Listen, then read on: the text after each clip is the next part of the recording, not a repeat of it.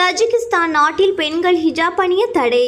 ஹிஜாப் அணிய தடை விதித்த இஸ்லாமிய நாடான தஜிகிஸ்தான் முஸ்லிம் மத பண்டிகைகள் கொண்டாடவும் கட்டுப்பாடு. ஸ்கை தமிழின் செய்தி அறிக்கை. மத்திய ஆசியாவில் ஆப்கானிஸ்தான், சீனா, உஸ்பெஸ்கிஸ்தான் மற்றும் கிர்கிஸ்தான் நாடுகளுக்கு இடையே உள்ள நாடு தஜிகிஸ்தான். இங்கு 96% மக்கள் இஸ்லாம் மதத்தை பின்பற்றுபவர்களாக உள்ளனர்.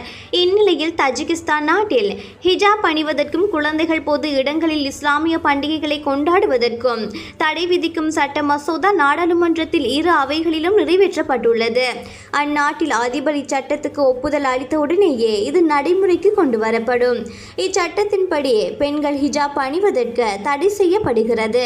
ஆண்கள் நீளமாக தாடி வைத்துக் கொள்ளவும் தடை விதிக்கப்படுகிறது.